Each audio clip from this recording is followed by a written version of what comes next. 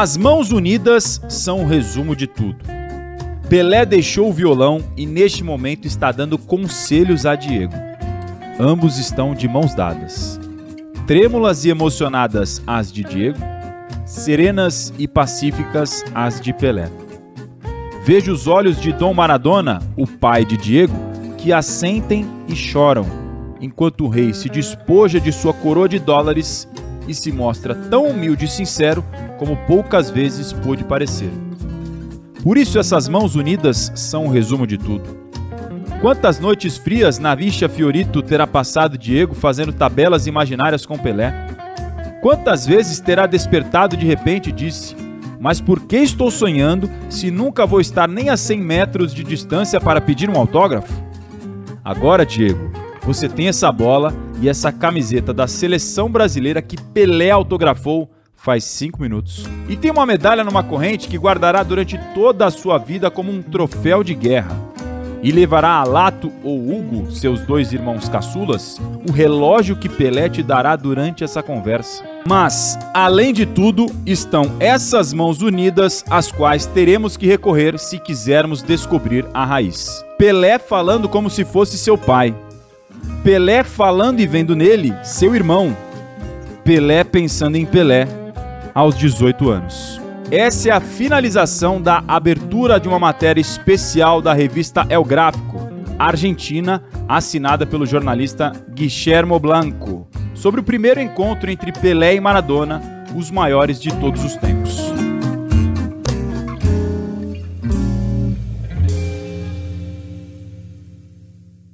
Eu sou Marcelo Azan, jornalista e um dos apresentadores aqui do time da Comebol, e esse é mais um episódio do especial Pelé.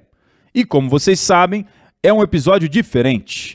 Não podemos falar de um sem mencionar o outro. O nosso objetivo não é definir quem foi o melhor, mas sim contar a face tão importante da história e a representação de Pelé e Maradona. Para isso, hoje conversaremos com Fernando Martinho, diretor e idealizador da revista Corner, com o jornalista e historiador Celso Unzelt, o ex-jogador do Santos e companheiro de Pelé, Edu, e, por último, Ariel Palacios, correspondente brasileiro para a América Latina em Buenos Aires.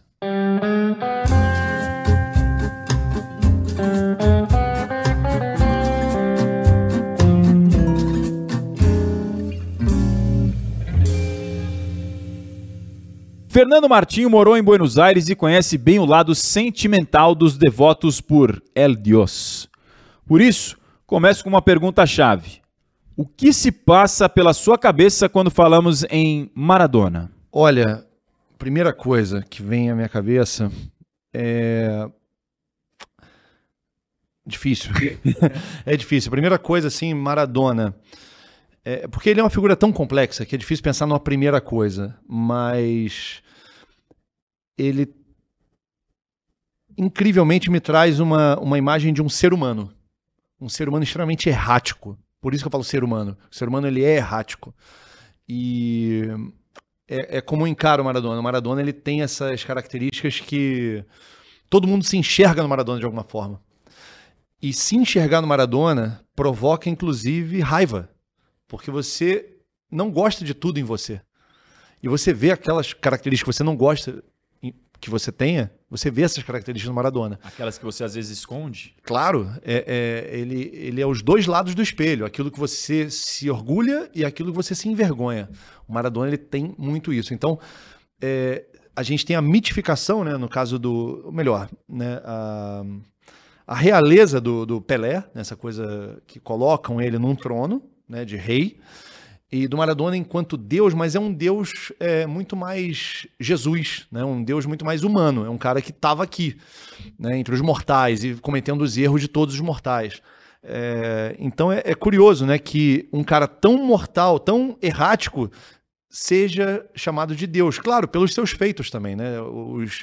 Os feitos do Maradona foram divinos, mas foram feitos que um ser humano era capaz de fazer, né? Tem muito disso também. Ele não fazia coisas, claro que sim, sobrenaturais do ponto de vista da técnica, mas ele estava lá simbolizando a vontade de um ser humano. Era isso. Ele não estava lá na condição de um de um astro, de alguém que... Superior. Que tivesse sido preparado para aquilo. Ele parecia ser um cara que veio realmente de onde ele veio, de um lugar muito humilde e que conseguiu fazer o sonho dele realidade e de muitos outros argentinos. Então, a divindade ela vem muito daí, sabe? Acho que é um cara que foi elevado à figura divina a partir das suas condições humanas. Muito legal essa definição do Fernando. Gostei especialmente do aquilo que você mais se orgulha e mais se envergonha, unidos numa só personalidade. Só aí a gente já tem uma pequena amostra da complexidade que é esse personagem.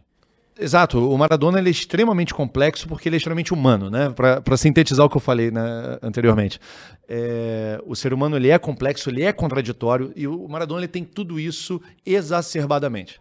Né, as contradições do Maradona, a trajetória do Maradona, ele ser visto como um cara humilde, mesmo morando e tendo 2 Rolex no braço, sabe? Um em cada braço, melhor dizendo, né? Um Rolex em cada braço.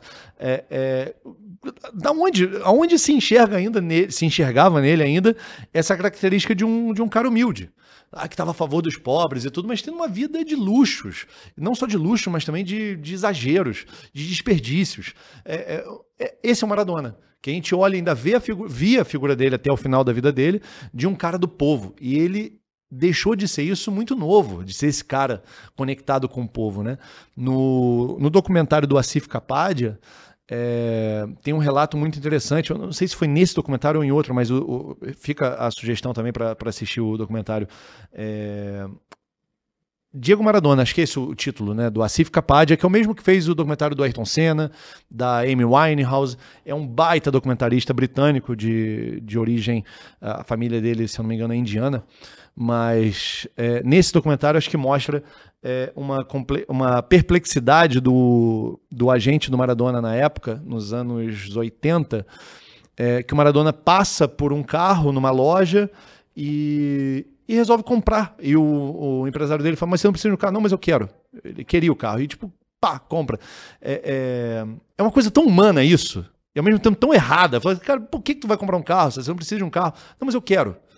Sabe, é um impulso meramente humano, né?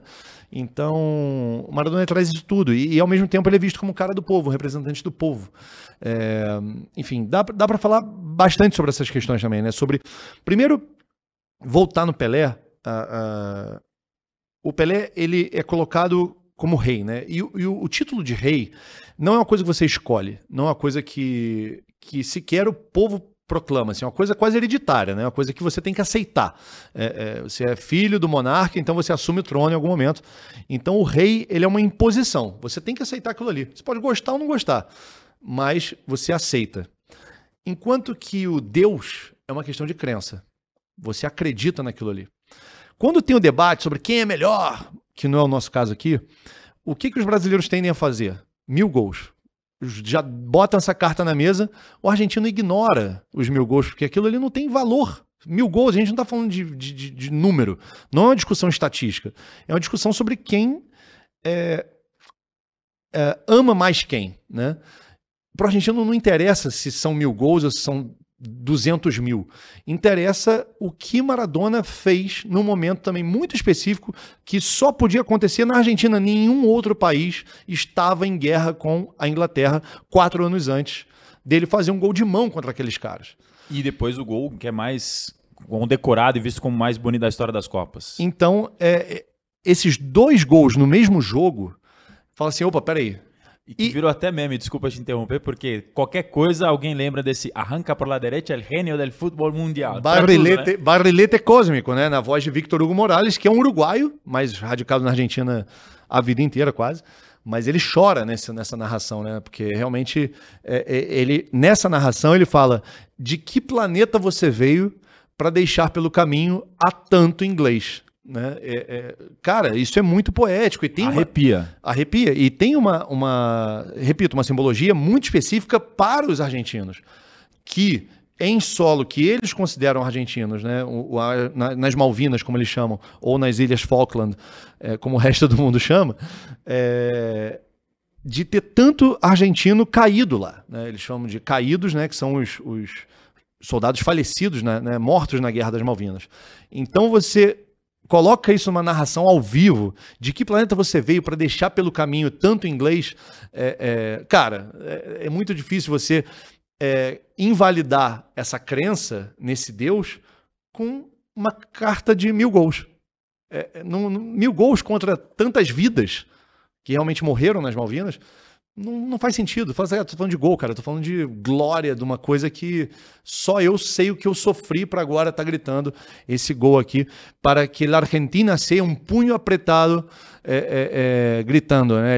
O Vitor Hugo Morales fala isso. Então, assim, é uma narração que também ajuda muito na iconoclastia, nessa figura de Maradona, né?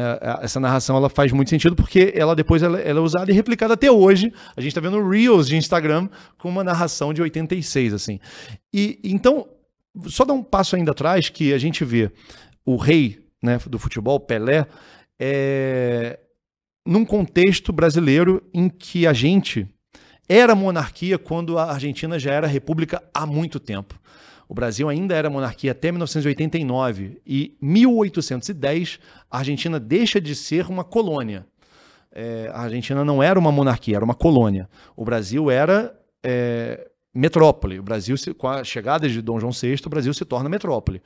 Volta Dom João VI, Pedro I fica. Então a gente tem ainda pra gente a figura do rei como algo muito forte. A nossa sociedade ela é monarquista. Não somos um país monarquista, mas a nossa sociedade ela é. E quem que acaba bebendo dessa água, dessa nossa cultura monarquista? Getúlio Vargas, por exemplo. Ele incorpora essa coisa do rei, do monarca, do cara soberano acima da... E depois o golpe militar é influenciado por isso também. O brasileiro ele tem uma fissura por ditadores. Porque um rei, ele é um tirano, obviamente. Ele é um rei, ele é um monarca. Monarca é o poder único, né? Então a gente gosta, culturalmente falando, não falando eu e você, nós gostamos, enquanto sociedade, de alguém que mande e desmande. Então a gente é uma sociedade monarquista, vamos chamar assim.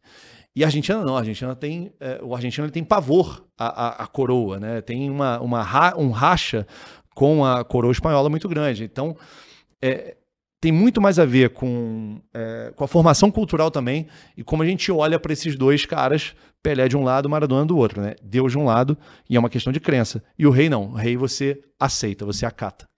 Uma verdadeira aula de história aqui com o nosso Fernando, muito legal esse contexto que você traz pra gente. E esse específico da guerra, acho que é o que toca mais no coração do argentino por esse contexto tão próximo da Copa do Mundo contra os ingleses depois de uma tragédia. Aqui uma guerra é uma tragédia, a gente está vendo claro. Um pouquinho disso hoje.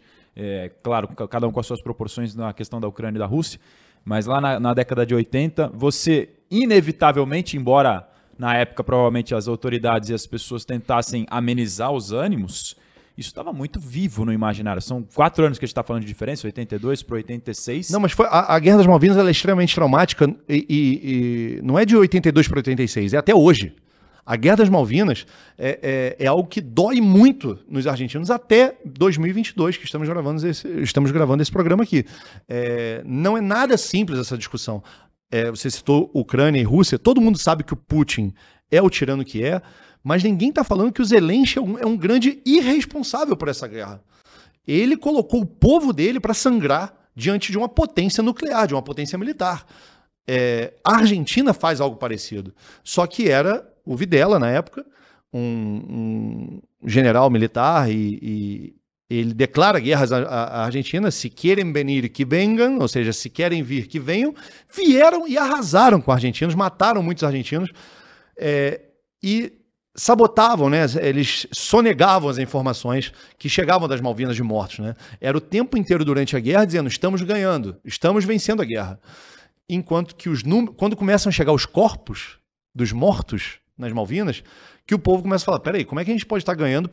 Meus filhos, os 2 morreram, por exemplo, né? Os combatentes das Malvinas. Peraí, tem muita gente morrendo. E aí fala, peraí, não estamos ganhando assim, até que não tem jeito e a Argentina realmente se entrega. E os soldados argentinos começam a morrer de fome e de frio em território, entre aspas, argentino. Então é um trauma muito grande, uma cicatriz muito aberta ainda hoje na Argentina. É uma discussão ainda sobre se é argentino ou não as Malvinas. tanto que está nas moedas, nas cédulas que lançaram recentemente, o mapa da Argentina inclui as Malvinas, né?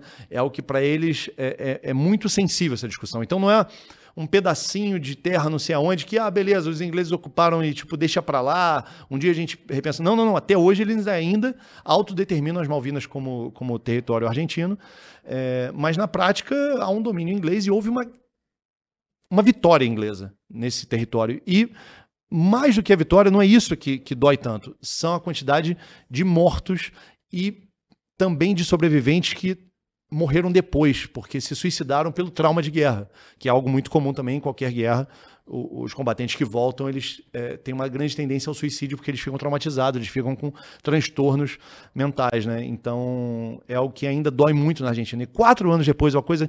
Olhando para... Parece que passou um tempão, né? De 82 para 86. Mas se a gente está falando que ainda hoje dói, imagina 4 anos depois, era ontem. Tinha acabado de acontecer a guerra. Você tem no futebol a capacidade de ter uma revanche, uma vingança, e você faz isso com um gol de mão. E esse gol de mão, como ele ganha o título de La Mano de Dios, ou seja, a mão de Deus, também é muito engraçado porque compõe aí um pouco do folclore. A gente está falando no outro episódio do Garrincha sobre o falta combinar com os russos. Na verdade, o Maradona nunca disse, foi a mão de Deus. Um jornalista italiano pergunta para ele, no calor do momento ali, depois do jogo, se foi, è stata la mano di Dio? Pergunta em italiano, ele, sì, è stata la mano di Dio. Ele responde, ele foi perguntar, ele foi induzido a dizer que se foi ou não a mão de Deus, mas aí virou la mano de Dios, né, que fez aquele gol, né, Ora, eu não quero parecer saudosista ou muito menos conservador, mas imaginar que aquele gol não teria acontecido porque existe o VAR, me dá um desespero, sabe? Imaginar essas coisas, sabe? Então, assim, que bom que não existiu o VAR. Que ótimo que não existiu o VAR. E que injustiça maravilhosa que foi esse gol de mão do Maradona em 86. Muito celebrado e saborizado pelos torcedores argentinos. Os íntias certamente nunca mais vão esquecer. E é algo que comumente, quando o Maradona... A gente falando dele, nem parece que ele não está mais entre nós. É até difícil, às vezes, de aceitar isso. E é curioso como a partida dele ainda é tão recente, ainda se faz tão presente no nosso imaginário. Mas é algo que é muito lembrado, né? É um feito, é um pouco da malandragem, do lúdico que tem no Maradona, esse levar a vantagem e contra esse adversário que tinha essa cicatriz aberta, ferida tão próxima. E tem os dois lados, porque tem esse lado da malandragem e tem também depois o futebol arte, que é a essência do que nós sul-americanos gostamos mais, que é o improviso. É a jogada espetacular sozinho, varrendo uma defesa inglesa num curto espaço que para hoje, quem não viu no YouTube, ou seja, onde for, é uma jogada do Messi ali que você tá lendo. Se você quiser comparar para alguém de hoje, aquilo que ele fez é típico do Messi. Bola colada no pé esquerdo e vai passando por E o Messi reproduz à perfeição uma jogada muito parecida, assim, o tempo da hora que o Messi começa a jogar, e o Maradona começa, até a finalização, Barcelona e Getafe, procura no YouTube agora, se você não viu, Barcelona e Getafe 2007, tá? O Messi faz igualzinho, então assim, é uma jogada de Messi mesmo, tanto que o Messi consegue fazer aquilo. Mas tem um outro detalhe, que é uma outra curiosidade, o Maradona fez uma jogada extremamente parecida, um ano antes, em Wembley contra a Inglaterra, só que ele não dribla o goleiro. Faltou só driblar o goleiro. Foi uma jogada muito parecida. Ele vem costurando todo mundo. E acho que era o Shilton também o goleiro. O Shilton era o goleiro em 86, mas em 85 também, porque a Inglaterra tem um pouco disso. A Inglaterra meio que se orgulha de ter tipo um goleiro durante 3 Copas. Assim. O Shilton foi esse goleiro. Depois o David Seaman, enfim. Bom, voltar em 85, né? Só que ele, em vez de driblar, ele tenta finalizar e a bola vai para fora.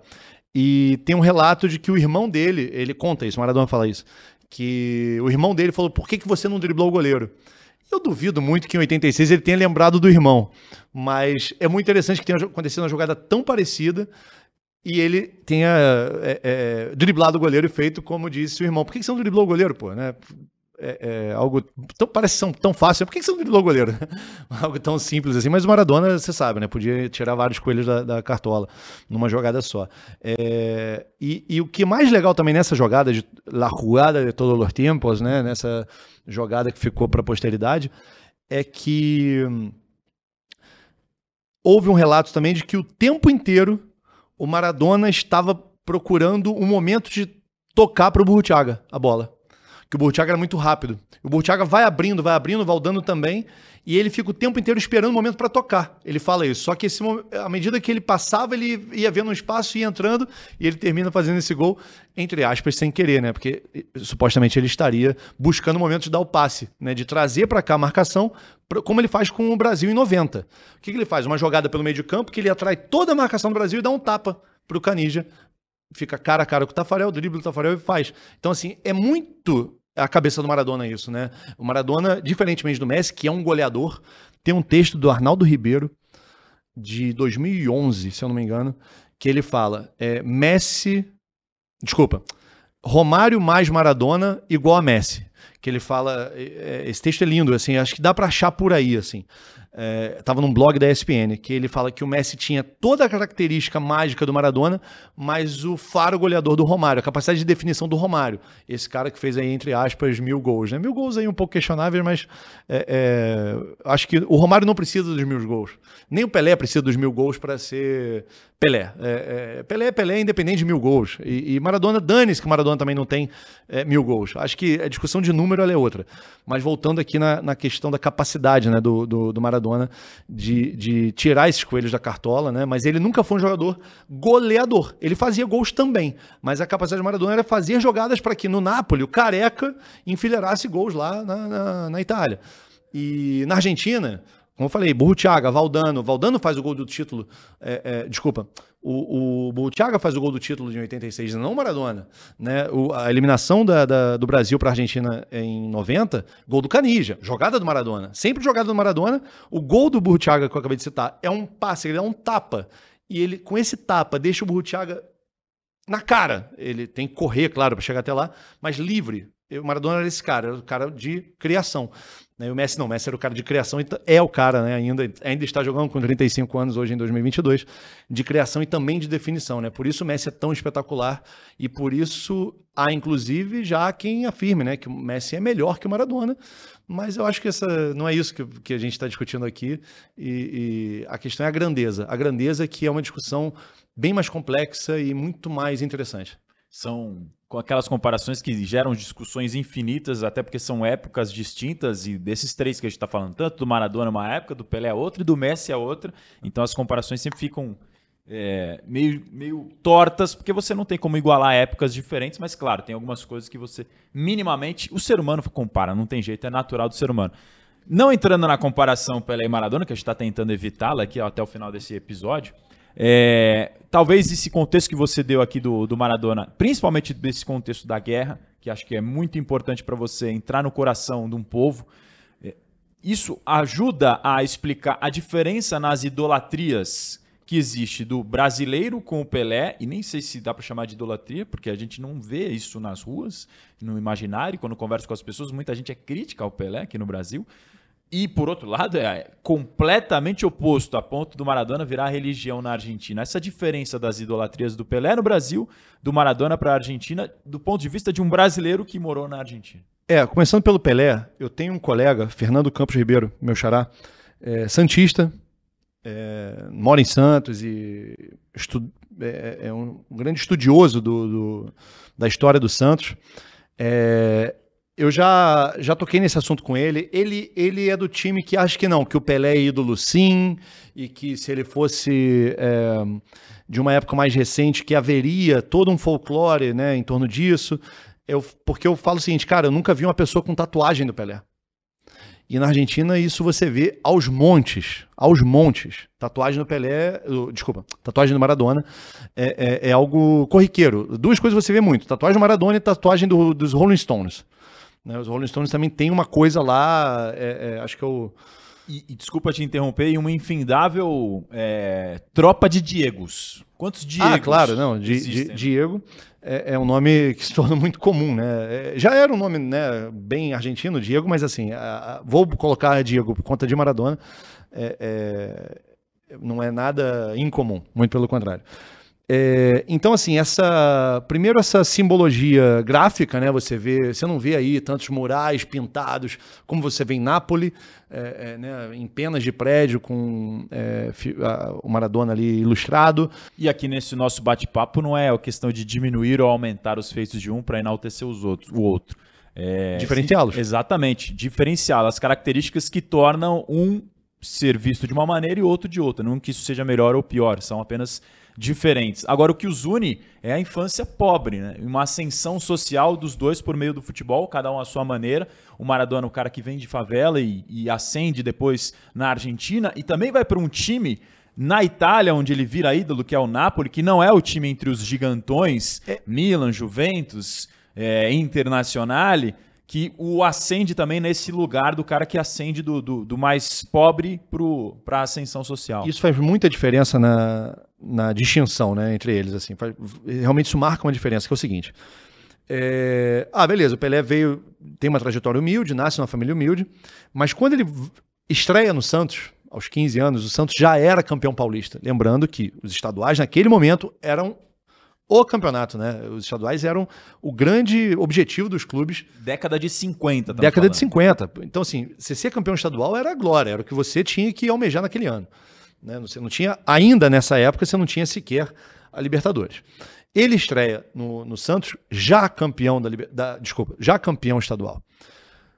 O Maradona começa num clube de bairro, né? O Argentinos Júniores e tal, que depois, nem tanto tempo depois, assim, 85, é campeão da Libertadores, mas é um clube pequeno. O Argentinos Júnior vai para o Boca, que é o time para o qual ele torce, tem uma passagem efêmera, joga um ano só, e vai para o Barcelona.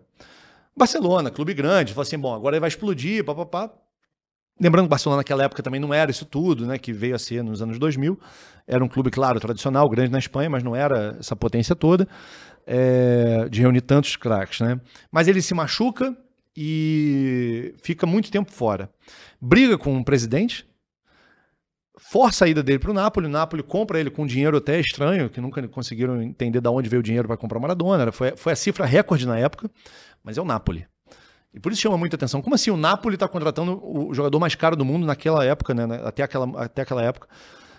Beleza, aí noves fora, se tem relação com a máfia, se é dinheiro ilícito ou não. O Maradona chega no Napoli, ele não chega na Juventus, nem na Inter, nem no Milan. E nessa época ainda podia dizer que o Torino era um time muito tradicional também. Para encurtar a conversa, os únicos 2 títulos de qualquer time do sul da Itália são os 2 títulos que o Maradona ganhou com o Napoli. Qualquer time do sul. Você tem 2 títulos da Lazio e 1 da Roma, que é o mais ao sul que tem, sem ser Nápoles. E os outros 2 são do Nápoles, conquistados pelo Maradona em campo. Então tem outra simbologia envolvida em outro país que acaba adotando o Maradona, né? E Maradona é um sobrenome italiano, ele tem uma origem italiana, então fica uma coisa mais ali, pô, irmão. Siamo nós, né? Você é um de nós aqui. E vem a Copa de 90, que eu já citei, semifinal. Quis o destino que Itália e Argentina se encontrassem em Nápoles, na semifinal, ora bolas. E ele faz um pedido para que os napolitanos torcessem para a Argentina naquele jogo, porque ele se dizia, eu sou napolitano 365 dias do ano, eu estou pedindo para vocês serem argentinos uma vez só. E é uma frase espetacular, né? Uma inteligência o dele. Estádio se divide, ele foi muito esperto, ele se ligou no timing ali e o estádio se divide ali em torcer pela Itália e pela Argentina do Maradona. Porque, repito, vem essa coisa da divindade. Ela é reforçada muito mais em Nápoles também. Por ele conseguir fazer com o Nápoles, que montou um baita time. Mas era um time que nunca tinha ganhado nada. Né? O Santos, repito, já era campeão estadual. Claro que vem a ganhar as Libertadores. Tudo depois vem com ele. Com Pelé e tudo. Taça Brasil. Mas o Napoli nunca mais. Até Libertadores o Santos já ganhou depois do Pelé. Mas o Napoli nem sequer é um título italiano. Ganhou a Copa Itália só. Mas é muito distante, assim. Então, para um torcedor do Napoli, imaginar ser campeão italiano de novo. Foi vice algumas vezes, mas o título era algo distante. A Juventus estava ali muito na frente, quando o Napoli conseguiu ser vice. Mas então, tu imagina, né? Você conseguir transferir essa divindade para um outro lugar. né, para um outro país. Então isso reforça muito a figura do Maradona. E o Pelé foi um jogador de um clube só. É isso que eu ia falar. No Jogou mundo. clube só. Num mundo onde o futebol aqui é visto como pior do que da Europa, porque a Europa sempre foi o centro. Não, mas eu acho que nessa época não tinha muito essa discussão, não. Essa discussão ela é mais forte agora, assim, de que o futebol europeu ele é superior. O futebol europeu de clubes, né? E de alguns clubes também, né? Você vai jogar Flamengo e Wolfsburg. Flamengo é favorito. Agora, se for jogar Flamengo e Bayern, o Bayern é muito favorito. Então, assim, alguns clubes na Europa são muito superiores aos melhores da Europa, mas com muita vantagem. Agora, o resto do futebol europeu é bem mais ou menos ainda, né? Mas, assim, na época de Pelé, era um mundo em que os melhores jogadores ficavam... primeiro que existia o passe, isso é muito importante. Maradona também tinha a questão do passe, mas o passe era uma propriedade, o jogador era uma propriedade do clube. Então, o Pelé não tinha liberdade de receber a proposta do Real Madrid. Mas ele optou por não ir, e eu não sei se o Santos na época aceitou também, mas existiu propósito, há vários relatos disso, mas não era simples assim, paga o valor do passe e vai. Não, o clube tinha que aceitar, não tinha uma rescisão, sabe? Era uma coisa que o clube tinha que aceitar vender. Então era um outro momento em que o Zico sai do Flamengo aos 30 anos de idade. E fica 2 anos só fora, e volta para o Flamengo. Era um momento que isso era possível. Hoje, imaginar um Pelé... E a gente, no caso do próprio Santos, tem o Neymar como exemplo, que é o Pelé do seu tempo, né? Não estou dizendo que ele é tão bom quanto o Pelé, não é isso que eu estou falando. Estou falando que ele é o Pelé possível do seu tempo. É o Neymar. Surge no mesmo Santos e consegue ficar com muito esforço até os 21. Fica de 2009 até 2013. Até os 21 anos. Ele é nascido em 92, quer dizer, ora bolas. É impossível existir de novo um Pelé que fique tanto tempo no Santos, né? Quase a vida inteira. Então o Pelé pôde ficar ganhando o máximo que podia para aquela época no Santos. Ele ganhou o máximo que podia ganhar dinheiro jogando no Santos. Hoje, se você quiser ganhar mais dinheiro, você tem que ir para fora. O Maradona mesmo não pôde ganhar o máximo que ele podia ganhar no Boca. Ele teve que ir para a Europa. Aí, sim, já começa a ter uma diferença de grana do futebol europeu muito ainda embrionária, tanto que o Zico vai na mesma época que o Maradona para a Itália. O futebol italiano era esse grande centro mundial. O que é a Premier League dos anos 2010 para cá, a Premier League a Premier League acabou de fazer 30 anos, né? Mas os 20 primeiros anos, ela ainda custa para se impor como grande liga do futebol europeu.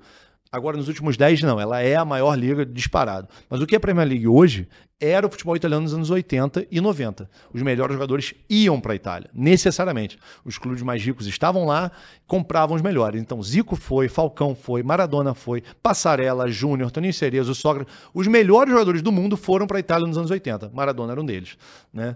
Naquela época, se você queria ganhar o máximo que dava, você tinha que ir para a Itália. O Maradona acabou indo para o Napoli, vindo do Barcelona, né? Então, são contextos também de época diferentes. Assim. O Pelé não teve a oportunidade de se tornar rei num Real Madrid, que teve o Di Stéfano, por exemplo, ali, quase contemporâneo a Pelé. E quando se enfrentaram, o Santos ganhou do Real Madrid algumas vezes, mas eram amistosos, né? Não eram jogos de título, né? Tem essa grande diferenciação mesmo. Uma carreira de um clube só praticamente, depois ele vai para o Cosmos nos Estados Unidos, e o Maradona sendo ídolo num lugar e num time improvável num outro país, o que ajuda a fomentar numa época em que, obviamente, a cobertura do futebol, as imagens, a tecnologia, tudo isso já havia evoluído um tanto. Para pegar esse contexto da diferença de idades, o Pelé, já aposentado, era ídolo do Maradona. E o Maradona, quando o conhece, é uma passagem deliciosa que, se você tiver na internet, você pode procurar uma reportagem da El Gráfico, da Argentina, uma reportagem especial que conta o dia em que o Maradona conheceu o Pelé, que é fantástico. Eu li, eu confesso que eu não conhecia, li, achei muito legal. Se você tiver a oportunidade de ler o Pelé toca violão. Exatamente, o Maradona vem para o Rio depois de jogar na Argentina, pega um avião a convite da El Gráfico e conhece o Pelé no Copacabana Palace, no Rio de Janeiro. E ali você vê nas fotos que tem na reportagem, é o encanto de um fã diante do ídolo pela primeira vez conhecendo. É um negócio maluco isso. Isso reforça o que eu falei. 79 isso. Há uma admiração mútua, né, Maradona e Pelé, mas especialmente de argentinos com relação a brasileiros, né? O jogador ali, que seria hoje o Neymar já está meio velhinho, né? Mas assim, falar de um jogador jovem brasileiro, né? Começando, o Vinícius Júnior, né? Imagina. Se ele estiver do lado do Messi, que ainda é um jogador em atividade, mas vamos pegar um cara que já está com 35 anos hoje, em 2022, o Messi. O Vinícius Júnior olha para o Messi com total admiração. Então foi como o Maradona fez naquele momento com o Pelé. Fala, cara, eu tô aqui com o melhor jogador aqui que existiu, né? É muito louco. Ele saiu de um jogo, pega um avião e vem pro Brasil pra conhecer o Pelé. É uma coisa de louco você pensar depois, sabendo como ficou a relação deles de idas e vindas. A história da produção dessa reportagem também, eu conheci recente, da produção, né? Eu já conhecia a história, mas a história da produção que foi muito difícil, porque teve que pegar um voo específico para chegar no tempo, porque o Pelé fica pouco tempo no Rio também. Maradona veio só para isso e voltou, né? Mas o Maradona admira demais o futebol do Pelé. Mas também ele fala que a referência, aí é referência técnica, né? Em quem ele se espelhava. Todo jogador tem isso, todo jogador olha para um cara, pô, quero imitar aquele movimento, aquela jogada, aquele chute, ele fala do Rivelino, né? Mas não é verdade que o Maradona... Eu já vi esse vídeo, o Maradona fala assim, o Pelé, espetacular, fenômeno, craque, indiscutível. Mas eu gostava mais de ver o Rivelino jogar. Mas não quer dizer, ele não quis dizer que... coisas diferentes. Ele não quis dizer que o Rivelino era melhor que o Pelé, ele não fala isso, né? Mas a referência realmente do cara que ele imitava os movimentos era o Rivelino. Canhoto e tal. O Rivelino tinha um jogo mais ousado, assim, né? mais de provocar. O Maradona ele tem um pouco de provocação também. Você vê umas coisas dele que ele provoca, ele busca o contato, ele busca, não vou dizer humilhar, mas ele busca botar o cara para dançar também. O Maradona tinha muito disso. Mas sim, havia e sempre houve uma amizade entre Pelé e Maradona. Sempre, sempre. Agora, na mídia, e o Maradona sabendo do poder da palavra dele, né, o que ele falasse, ele criticou muito o Pelé. Algumas horas eu até dou razão, assim, porque o Pelé sempre foi um cara que se associou muito à política do futebol, né, as relações políticas do futebol. O Pelé sempre foi esse cara muito bem relacionado com a FIFA. E o Maradona foi um cara que sempre rompeu com a FIFA, sempre brigou muito com a FIFA. Então ele apontava o dedo não só para o Pelé, para o Beckenbauer e para o Platini também. Ele falava assim, Beckenbauer, Platini, Pelé, vocês que são aí, que vestem gravata da FIFA, tudo isso. Mas aí eu vou chegar numa outra questão muito contraditória do Maradona, porque ele também teve relações políticas muito grandes com Cuba, com Venezuela. É política, sabe? E mais, se você voltar no Maradona, por isso que eu acho legal a contradição, ele teve relações muito próximas com Menem, que não era nada, nenhum líder de esquerda, assim. Tudo bem, era o Maradona mais novo, ele pode ter mudado de ideia? Pode. Mas o Maradona também sempre teve lugares muito confortáveis, convenientes. O Maradona sempre soube aonde se encaixar ali. E sobre essa questão de Pelé, então ele falava certas coisas assim na mídia para causar repercussão e tal, acusar o Pelé disso, daquilo. Mas tem outra cena, muito tempo depois dessa reportagem, dessa matéria da El Gráfico, que é no programa La Noche del 10. Isso a gente ia chegar para falar, que é espetacular, né? Que você vê que tem um respeito muito grande entre eles ali, que não tem uma relação de... É bonito de ver isso, né? Não é só de respeito, mas de admiração. Admiração mútua. Que não tem ali nenhum resquício de alguma mágoa, nada do tipo ali. Que os dois ali estão conversando abertamente. O Pelé fala sobre o filho, que era usuário, né, de cocaína, foi preso, o Edinho, goleiro. E o Maradona estava naquele momento, é engraçado, porque o Maradona ele teve um curto período, que foi aí, durante esse programa, e se estendeu um pouco mais, em que eu via ele claramente dentro de si, em que o olho dele transmitia uma sobriedade, mas que durou muito pouco tempo. Antes disso, então, era uma loucura, tanto que ele quase morre 2 vezes, até que na segunda ele realmente tem que passar por um processo de detox muito severo, e faz cirurgia plástica e perde peso e tal, mas depois ele começa a voltar com outros abusos, né? E depois ele tem problema de intoxicação de álcool, tem problema com muito charuto. Ele, agora, né, no final da vida, ele estava tomando muito remédio para dormir. Tem uma declaração do Verón sobre o Maradona, porque eles discutem num jogo amistoso, festivo na Itália.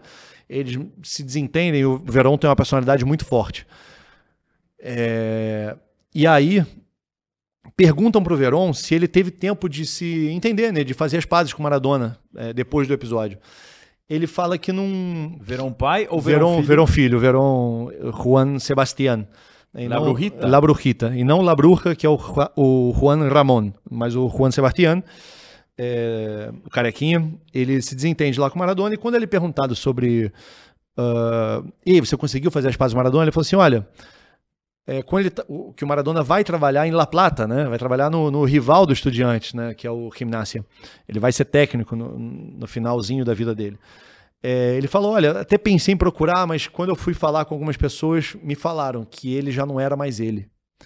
O final da vida do Maradona também fala muito sobre isso, né? Ele tava o tempo inteiro, não é dopado que fala, como fala, grog de remédio, né? Ele estava tomando muito antidepressivo. O aniversário dele, antes da morte, ele morre em novembro, mas ele faz aniversário em outubro. Nesse aniversário do Maradona, falam que ele estava extremamente depressivo, até porque era um momento de pandemia também, ele não podia estar com todo mundo. Mas um outro detalhe é isso, como a vida do Maradona foi mais curta. Tu vê que o Maradona nasce 20 anos depois, morre em 2020, e o Pelé segue vivo.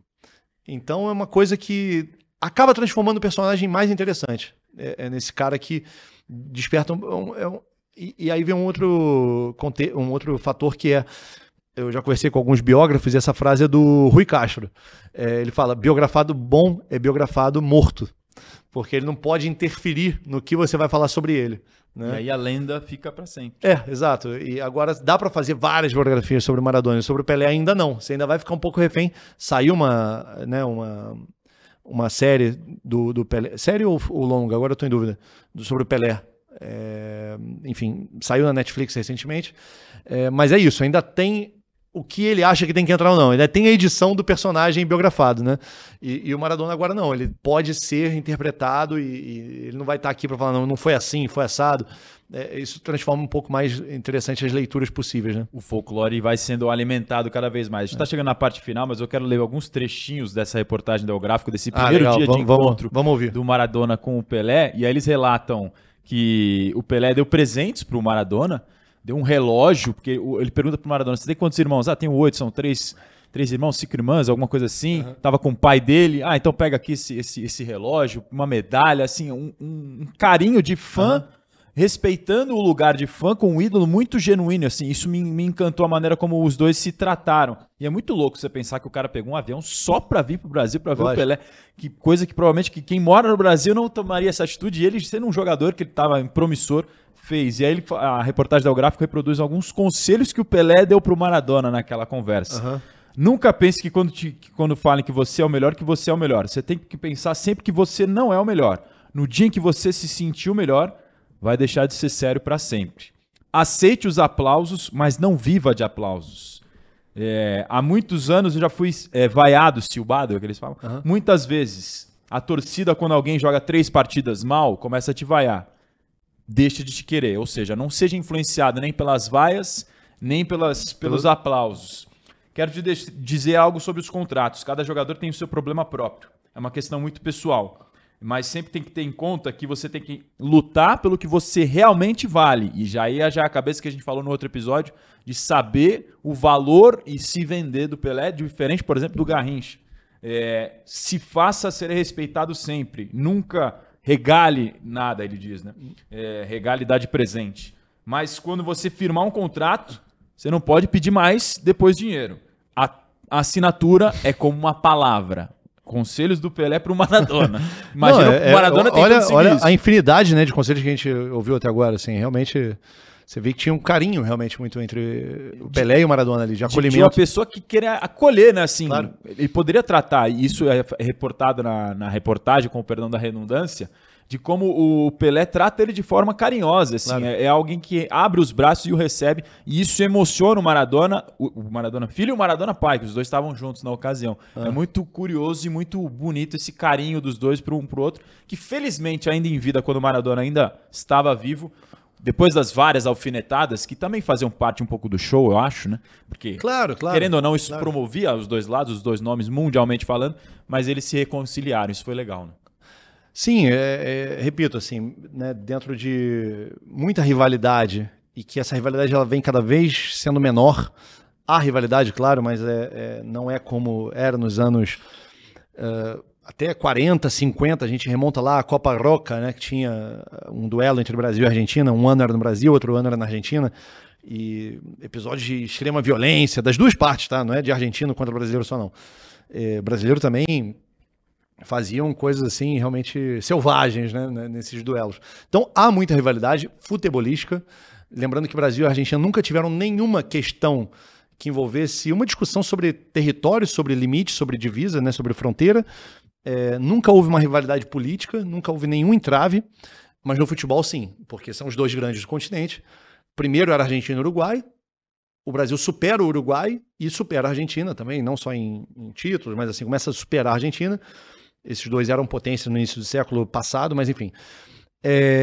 Então, existe sim uma rivalidade futebolística entre Pelé e Maradona? Sim, existe, mas de muita admiração entre eles, né? E como eu falo, os melhores, eles se admiram no final das contas. E se reconhecem. Eles não querem, tipo, diminuir o outro. Sempre vi o Pelé muito preocupado em se manter como o melhor e tal, porque ele vive disso.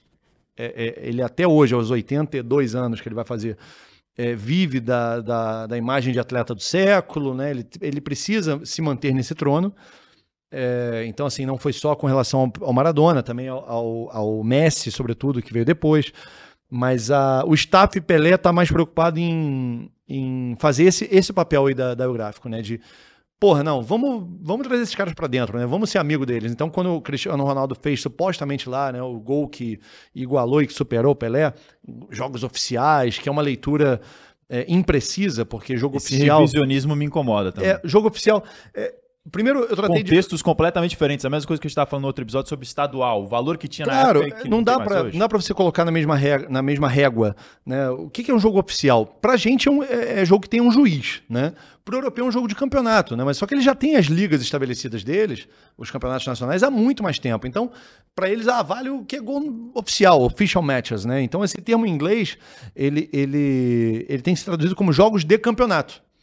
Ou seja, sem amistosos. Sem amistosos, né? Mas, pô, o amistoso ele é delicado, porque vale o gol que o Cristiano Ronaldo faz pensa no Fulham, mas não vale o gol que o Pelé fez no Real Madrid do Di Stéfano. Porém, tem muito gol do Pelé também contra o combinado da Nigéria, que ninguém sabe quem jogava, o cara foi lá e fez 7 gols, sabe? Então, é muito difícil, repito, de colocar na mesma régua por isso. Porque para os dois lados vai ter distorções, discrepâncias. Então, assim... não é isso que tem que entrar na discussão, né? Tipo, e eu vejo que o staff do Pelé está mais preocupado em falar, cara, vamos deixar discussões de lado e vamos ficar com uma imagem menos antipática e menos impositiva. Tipo, vamos enaltecer aqui o Cristiano Ronaldo, que fez esse... Pô, porque é muito gol, cara. Sabe? Isso nos tempos atuais é muito gol. E do Messi a mesma coisa. E quando o Maradona morre, né, ele também faz uma postagem, né? O staff, né? Não o Pelé, mas o staff do Pelé ali no entorno do Pelé faz uma postagem muito emocionada e tal. Quer dizer, eu acho que a grandeza dos grandes jogadores, né? Isso pode se estender para outros esportes também, como Nadal, Djokovic e Federer, né? Que eles se admiram muito e até desenvolvem amizade, né? No caso do Nadal e do Federer. Pilotos, né? Já vi o Prost falando do Senna, enfim. Porque os caras são tão bons que falam assim, cara, eu não posso odiar esse cara, ele é muito bom, sabe? Ele acaba tendo uma inveja, mas uma inveja boa, né? Fala assim, porra, ele faz coisa que eu gostaria de fazer. Eu tenho certeza que o Cristiano Ronaldo olha para as jogadas do Messi e fala assim, puta, adoraria fazer aquilo. E que o Messi vai olhar para o Cristiano e falar, cara, olha como ele sobe, ele pula e ninguém alcança. Aquele gol de bicicleta, sabe? Deve ter essa inveja, né? Tipo, então, acho que é por aí, esse é o caminho. E felizados aqueles que vivemos o tempo de Messi e Cristiano Ronaldo, que está acabando.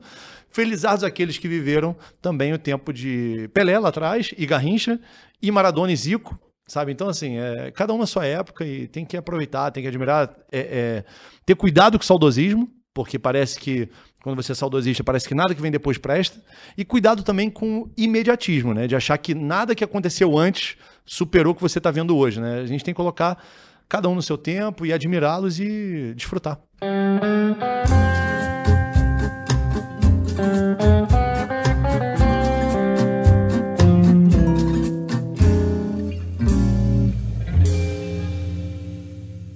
Esse foi o relato de Fernando Martinho, uma baita aula de futebol e também de história.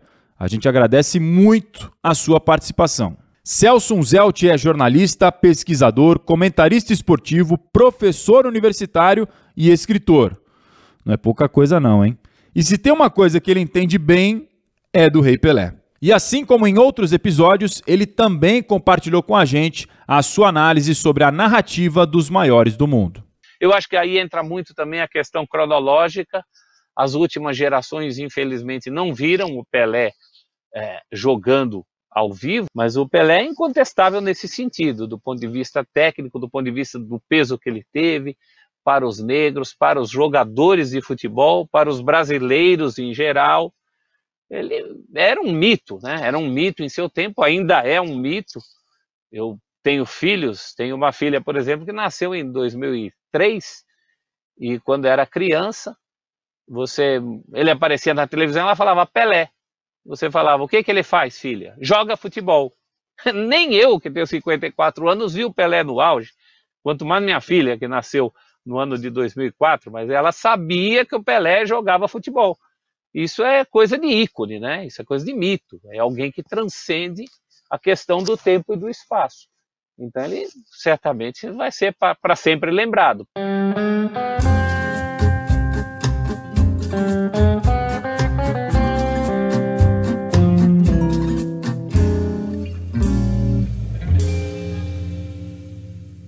O ídolo do Maradona é o Rivelino, então tem que compará-lo com o Rivelino. Nós ouvimos a belíssima análise do Celso e também agora por último uma ótima definição de Edu, ex-jogador e companheiro de Pelé no Santos, um dos maiores dribladores de todos os tempos e campeão do mundo com a seleção brasileira em 1970. Para ele, não existe qualquer chance de comparação. Já Ariel Palacios, um craque do jornalismo sul-americano e mundial, por que não? Conta um pouco para nós sobre o aspecto social de Pelé e Maradona.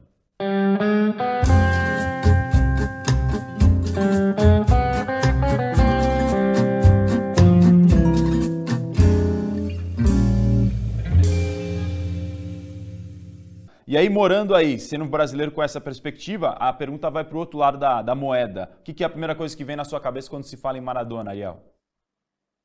Em Maradona, várias coisas. Porque Maradona é uma figura muito complexa. Pelé é uma figura complexa, mas eu diria que Maradona é uma figura muito mais complexa. E não necessariamente isso quer dizer algo positivo. Complexa que tem várias facetas de Maradona. Maradona, quando a primeira coisa que a gente pode pensar, e também depende da época ou depende do ano, a gente pensa, evidentemente, nos 2 gols emblemáticos, históricos, fascinantes, que ele fez contra a seleção da Inglaterra na Copa do Mundo do México em 1986.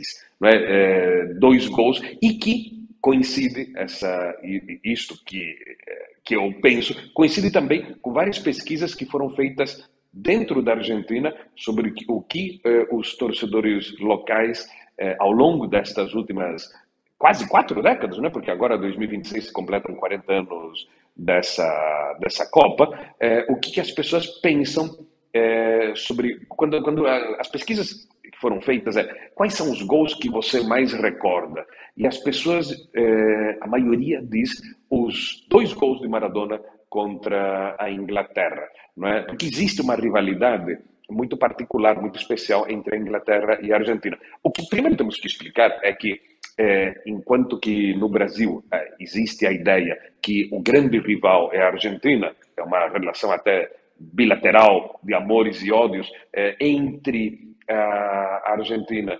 e os outros países, é uma relação meio poligâmica, porque existe a rivalidade com o Brasil, existe a rivalidade contra a Inglaterra, que a Inglaterra é o berço do futebol, então tem um lado futebolístico, mas tem um lado geopolítico, por causa da Guerra das Malvinas.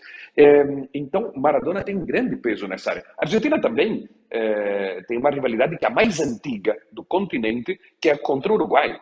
A seleção do Uruguai e a seleção da Argentina tiveram muito mais confrontos, o dobro quase, do que Brasil e Argentina. Então, muito antiga. Os 2 países são muito próximos e disputam o tango, doce de leite, Gardel. Então, quer dizer, há uma série de outras brigas e rivalidades que são mais intensas até em certos aspectos do que com o Brasil. E, nos últimos anos, com as vitórias, 2 vitórias do Chile na Copa América contra a seleção argentina, com Messi no campo, o Chile também despontou como novo rival, que aí também tem uma rivalidade histórica, geopolítica. Então, mas dentro dessas rivalidades, a rivalidade contra a Inglaterra e pela questão das Ilhas Malvinas, os 2 gols de Maradona são os 2 gols mais relembrados. Então, isso faz com que Maradona tenha um peso específico no imaginário coletivo do futebol argentino muito grande. Eu acho que é fascinante nesse aspecto. No caso do Pelé, mais ainda, porque era um afro-brasileiro, não é? Que conseguiu sair de sua cidade, de sua pequena cidade, e triunfar no mundo e, posteriormente, nos Estados Unidos. Não é? E até com um viés meio empresarial ali.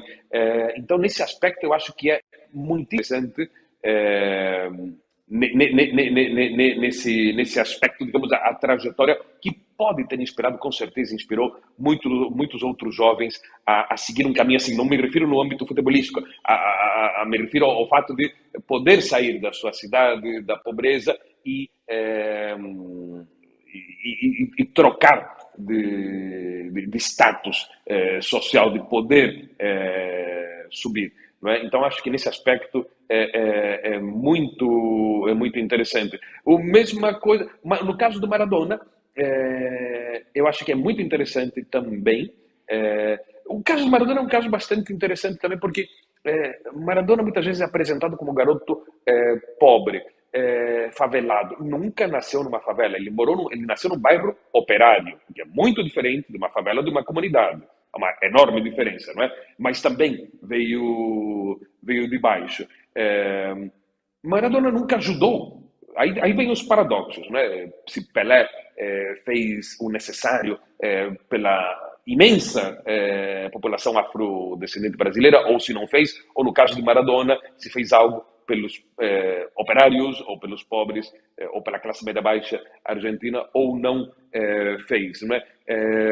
Maradona, por exemplo, nunca botou um vintém em Villa Fiorito, o seu bairro natal, que está em Lanús, né? No sul da Grande Buenos Aires. Então, nesse aspecto, há um discurso, mas que depois não se condiz com a realidade. Há outros jogadores argentinos que criaram fundações, que colaboram e que participaram ativamente em ajudas sociais, não é? Não é o caso de Maradona. Maradona, como disse antes, pessoas como Maradona, como Pelé, com a fama internacional que tiveram, poderiam ter participado muito mais ativamente de campanhas sociais. No caso de Maradona, mais ainda, porque ele já pegou, como disse, uma globalização maior, uma audiência televisiva maior e, embora ele já estivesse aposentado como jogador, foi técnico e continuava com muito peso mediático já na época das redes sociais. Então, eu acho que há uma nova geração de jogadores, que é a geração do Messi, tanto no Brasil como na Argentina e em outros países, que sim, está tendo mais consciência social nesse aspecto, não é? Que é preciso, que a fama que eles têm pode contribuir muito a fazer um mundo melhor. São coisas de gerações, né? Talvez a geração de Pelé, de Maradona, não tinha isso muito claro, e essas novas gerações têm, ou espero que tenham mais claro isso nas suas mentes, isso mais definido, que é preciso aproveitar essa fama para colaborar a fazer um mundo melhor.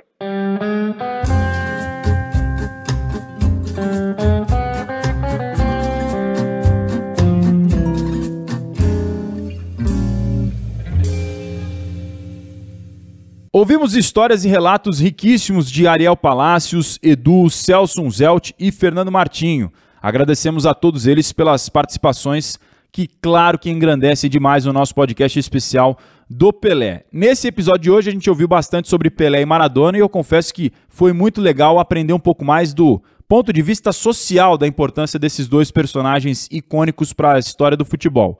Cada um para o seu povo, cada um à sua maneira, mas de maneiras distintas contribuíram dentro e fora do gramado para que esse esporte seja tão amado, mas também tem aspectos individuais de como as pessoas e os fãs enxergam os seus ídolos. E toda a complexidade que envolve principalmente o Maradona como ser humano e personagem que é e foi, e do lado do Pelé, obviamente geram interpretações diversas a respeito deles. Mas o que mais me tocou e que mais curti saber nessa nossa viagem ao tempo buscando histórias dessa dupla foi desse primeiro encontro especial que aconteceu no Rio de Janeiro, que mostra um fã admirando e curtindo o primeiro encontro com o ídolo. Essa é a imagem que eu mais gosto de ficar guardada na memória sobre a dupla Pelé e Maradona. Espero que vocês tenham gostado desse nosso novo episódio especial do Pelé. Fique com a gente porque são 10 episódios mais do que especiais para você curtir e saborear histórias fantásticas sobre o maior jogador de todos os tempos. Eu sou Marcelo Azan e foi um prazer estar com vocês mais uma vez. Um beijo, um abraço, aperto de mão e até a próxima.